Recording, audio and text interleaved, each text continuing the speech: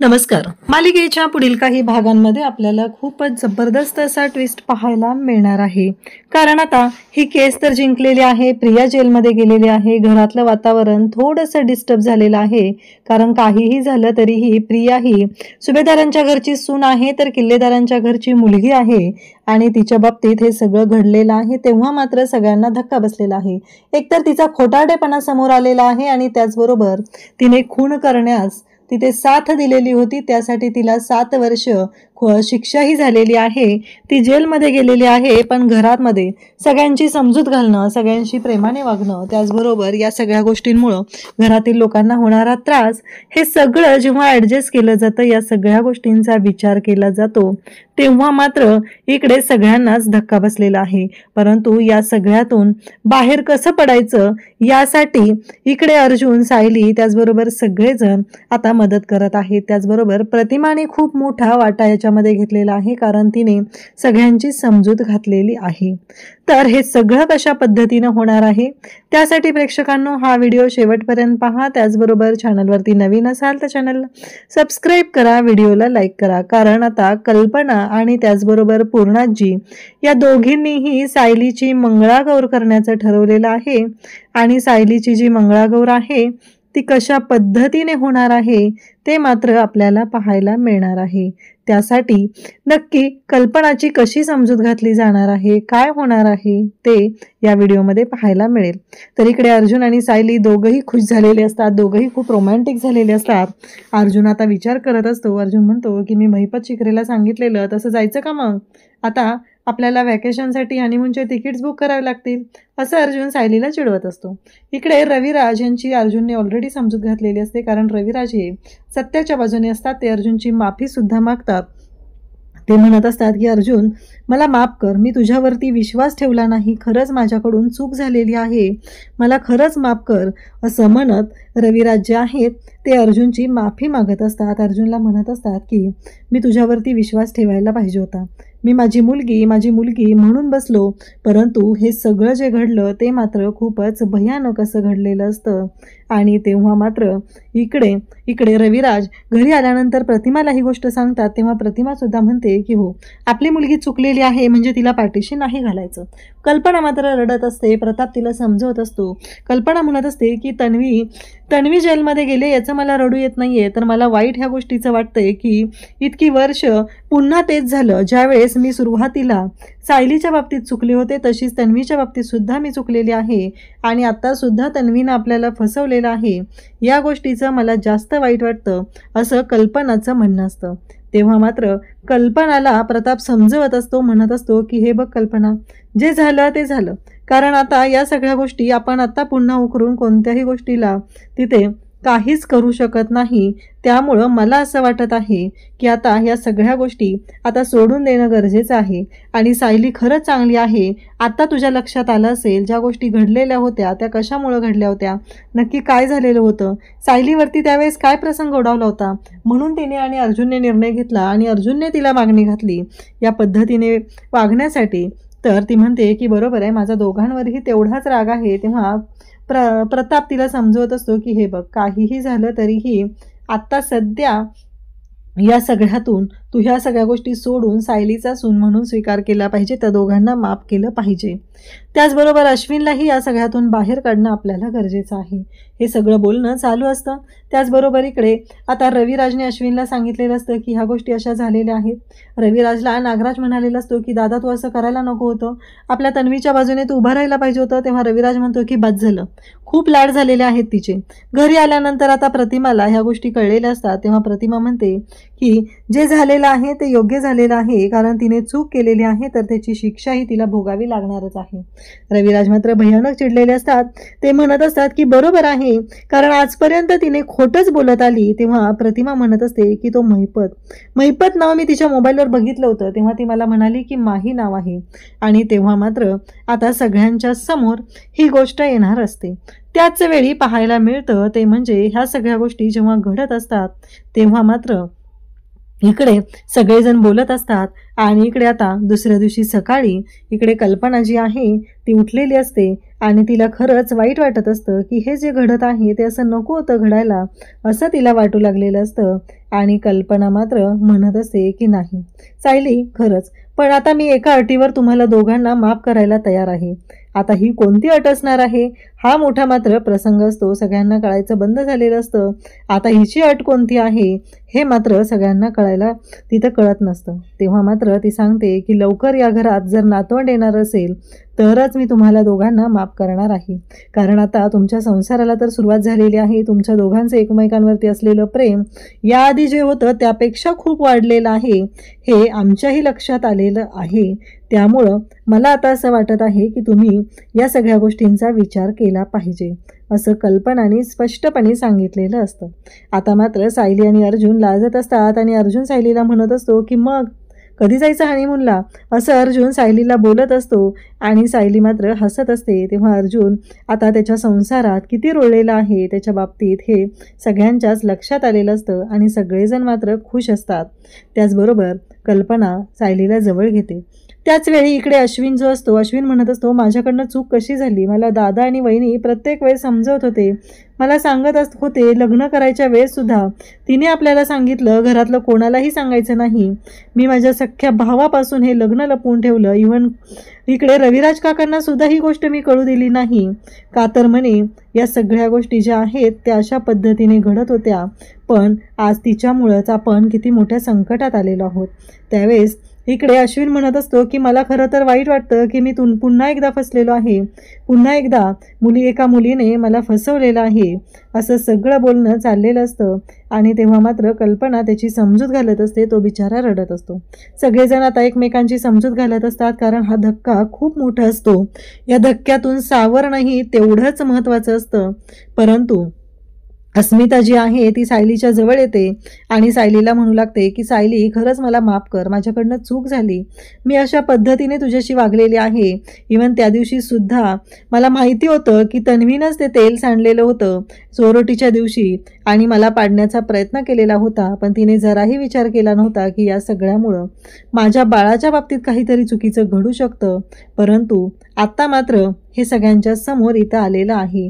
तन्वी किती खोटारडी आहे ते मला माहिती आहे. प्रत्येक वेळेस या घरामध्ये तुला तोंडावर पाडण्यासाठी आम्ही खूप प्रयत्न केलेले होते. पूर्णाजी त्याचबरोबर मम्मा यांच्या नजरेमध्ये तुला पाडण्यासाठी आम्ही खूप प्रयत्न केलेले होते, परंतु प्रत्येक वेळेस अर्जुन मात्र तुझ्या पाठीशी होता आणि त्याचबरोबर तू खरी होती, म्हणून हे सत्य नेहमी सत्यच होतं. कारण तन्वी प्रत्येक वेळेस तुझ्यासाठी हे सगळं करत होती. या सगळ्या गोष्टी आता बोलल्या जात असतात आणि सगळेजण सायली आणि अर्जुनची माफी मागत असतात. तेव्हा आता कल्पनाला तिच्या मैत्रिणीचा फोन येतो आणि ती म्हणू लागते की अगं मागच्या वर्षी मंगळागौर केलीस ना सुनाची, यावर्षी नाही का करायची? तेव्हा आता कल्पना म्हणते की हो करायची ना.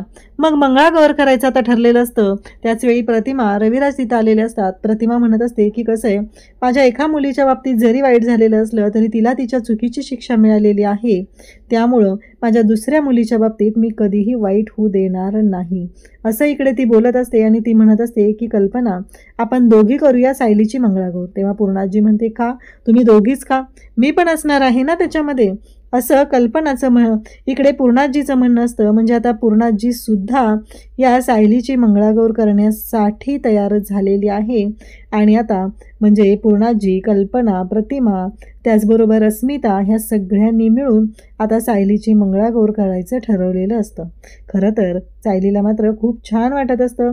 मागच्या वर्षीही तिची मंगळागौर छान पद्धतीनेच झालेली होती आणि आत्तासुद्धा ती मंगळागौर छानच होणार असती. परंतु आता एक सत्य मात्र सगळ्यांच्या समोर येणं अजून बाकी असतं आणि ते म्हणजेच सायली ही तन्वी असल्याचं. त्याचबरोबर हे सगळं जेव्हा समोर येणार असतं तेव्हा मात्र आता सगळ्यांनाच धक्का बसणार असतो. कारण ही गोष्ट वाटते तेवढी सोपी नाही आहे. काहीही असलं तरीही हे सत्य जे आहे ते कशा पद्धतीनं समोर येणार. इकडे आता मंगळागौरीसाठी सकाळी पूजा झालेली असते, त्याचबरोबर सगळी तयारी झालेली असते आणि मग कल्पना आता सायली आणि अर्जुनच्या रूममध्ये आलेली असते. तेव्हा कल्पना म्हणत असते की मला माहिती आहे तुम्ही माझी इच्छा लवकरात लवकर पूर्ण करणार आहात, पण मला जरा जास्त घाई झालेली आहे. पुढच्या वर्षभरापर्यंत मला माझं नातवंड माझ्या हातामध्ये हवं आहे, कारण माझ्या दोन्ही नातवंडांना मला खेळवायचं आहे. अस्मिताचं बाळ आणि अर्जुन तुझं बाळ, या दोन्ही बाळांना मला खेळवायचं आहे, एकत्र वाढवायचं आहे. तेव्हा मात्र अस्मिता म्हणते की हो, मम्मा जे बोलते ना ते अगदी खरं आहे. माझ्या बाळाच्या सोबतीला पण दुसरं बाळ आलं पाहिजे ना इथं. त्यामुळं मम्मा जे म्हणत आहे ना ते खरंच आहे. त्यामुळं दुसरं बाळ इथं आलं पाहिजे असं त्यांचं बोलणं चाललेलं असतं. त्याचवेळी पूर्णाजीसुद्धा तिथं असते. पूर्णाजी म्हणत असते की हो मलाही माझं पतवंड पाहायचं आहे. एका वेळेस 2 पतवंड माझी येणार म्हणजे मला खरंच भारी वाटत आहे. म्हणजे आता सायली अर्जुनच्या मागे हे लागलेले आहेत की लवकरात लवकर या घरामध्ये पाळणा हलला पाहिजे. अर्जुन म्हणत असतो की सायली मला काय म्हणायचं आहे, मग काय वाटतं तुम्हाला, आपल्याला मुलगा हवा की मुलगी हवी? तेव्हा सायली म्हणते आपल्याला जे बाळ हवं ते गोड हवं आहे बस, बाकी काही नाही आहे. आणि त्याचबरोबर हे सगळं जेव्हा चालू असतं तेव्हा मात्र इकडे सायली आता छान तयार झालेली असते. आपलं बाळ हे छान असलं पाहिजे आणि त्याचबरोबर तर इकडे सगळं जे काय आहे ते घडत असतं तेव्हा मात्र इकडे एक सायली बोलत असते, अर्जुनला म्हणत असते की आपलं बाळ हे प्रामाणिक असलं पाहिजे, त्याचे विचार हे चांगले असले पाहिजेत. हे सगळं बोलणं चालू झालेलं असतं. तेव्हा अर्जुन म्हणत असतो की अगदी बरोबर. आणि मग सगळ्या बायका खाली जमलेल्या असतात. अगं बोलव ना तुझ्या सुनेला, मागच्या वर्षी छान मंगळागौर झाली होती आणि तुझा मुलगाही असेल तर त्यालाही येऊ दे. कसं आहे तोही तेवढाच त्याच्या बायकोबरोबर प्रामाणिक आहे. हे सगळं बोलणं चाललेलं असतं. आणि तेव्हा मात्र कल्पना म्हणत असते की हो यावेळेस सुद्धा दणक्यात मंगळागौर करायची आहे असं तिचं बोलणं असतं. तर अर्जुन स्वतः सायलीला तयार झालेली असते. सायली सुंदर अशी नऊवारी नेसलेली असते आणि सायलीला घेऊन तो खाली येत असतो. अर्जुन मात्र जाम खुश असतो, त्याला खूप भारी वाटत असतं. फायनली आज सायली एवढी छान तयार झालेली असते आणि सायलीला घेऊन अर्जुन खाली येत आहे हे पाहून सगळ्यांनाच खूप छान वाटत असतं. सगळे खूप खुश होऊन पाहत असतात. आणि त्याचबरोबर इकडे सगळ्यांना माहिती असतं. त्याचवेळी पूर्णाजी तिथे येते आणि सायलीच्या डोक्यावरून हात फिरवते आणि त्याचबरोबर सायलीची नजर काढते, कारण सायली खरंच खूप देखणी आणि सुंदर दिसत असते. अर्जुन तर पाहतच राहतो. सगळेजण तिथं असतात. अस्मितासुद्धा सायलीच्या जवळ येते आणि म्हणते की खूप छान दिसते. अर्जुन स्वतः सायलीला घेऊन आलेला असतो. आता त्यांचे हे छान असे आता मंगळागौरीचे खेळ चालू होणार असतात. सगळेजण सायलीचं आणि अर्जुनचं कौतुक करतात. अगदी लक्ष्मीनारायणाचा जोडा आहे, लाखात एक आहे जोडा असं म्हणत सगळेजण कौतुक करत असतात. आणि त्यासोबतच सगळ्यांनाच खूप छान वाटत असतं. त्याचवेळी मधुभाऊ त्याचबरोबर प्रतिमा सगळेजण खुश झालेले असतात. मधुभाऊसुद्धा खुश असतात, कारण त्यांच्या लाडक्या लेकीचं आता घरामध्ये जे कौतुक होत आहे आणि त्यांचा जावई तर लाखात एक आहे त्याबद्दल काही शंकाच नाही. आणि त्याचबरोबर प्रतिमासुद्धा हौसेनं आलेली असते. प्रतिमा, सुमन, कुसुम सगळ्याजणी या मंगळागौरीसाठी आलेल्या असतात. पूर्णाजी पण तेवढीच खुश असते आणि पूर्णाजी अगदी हक्काने तिथे पाहत असते, कौतुक करत असते, काय हवं नको ते सगळं पाहत असते. आणि त्याचबरोबर या सगळ्या गोष्टी आनंदाने तिथे एन्जॉय करत असते. त्याचबरोबर इकडे पाहायला मिळतं ते म्हणजेच की पूर्णाजी सगळेजण कौतुक करत आहेत आणि सायली आणि इकडे कल्पना या सासूसुनांची जोडी पुन्हा एकत्र आलेली असते. आणि तेव्हा मात्र तिथे अस्मिता येते आणि म्हणते की तुम्ही दोघींना आता परत एकत्र आलाय म्हणजे मला एकटं पाडणार ना. तेव्हा कल्पना म्हणते असं कसं एकटं पाडेल तुला, तू तर आमच्यातच आहे ना, तू तर आमच्या दोघींच्या मध्ये असली पाहिजेस असं म्हणत त्या दोघीही तिला स्वतःच्या जवळ घेतात आणि तिच्याशी छान अशा बोलत असतात, पाहत असतात. आणि त्याचबरोबर इकडे आता त्यांचं खेळ सुरू झालेले असतात. फुगडी सुरू होते, त्याचबरोबर सूप नाचवणं, त्याचबरोबर आणखी मंगळागौरीचे जे खेळ असतात ते सुरू झालेले असतात.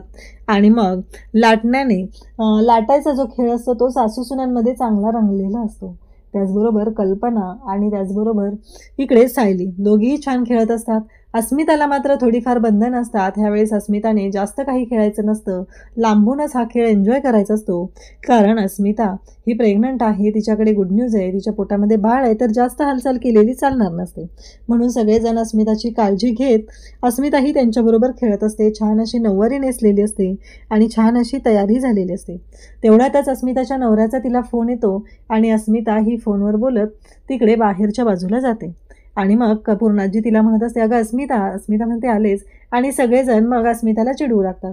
अर्जुन त्याचबरोबर प्रताप सगळेजण तिथे येतात आणि म्हणतात की काय झालं, मला काय वाटतंय माहिती आहे का की इकडे येणारच आहे तुझा नवरा असं वाटायला लागले, असं म्हणत तिला चिडवत असतात, तिला बोलू देत नसतात. तेव्हा ती म्हणत असते की 1 मिनिट, हे मला बोलू देत नाहीयेत, मी वरती रूममध्ये जाते. असं म्हणत अस्मिता आता तिच्या रूमकडे निघालेली असते. आता पुढचा खेळ सुरू होतो, तो म्हणजे होडी.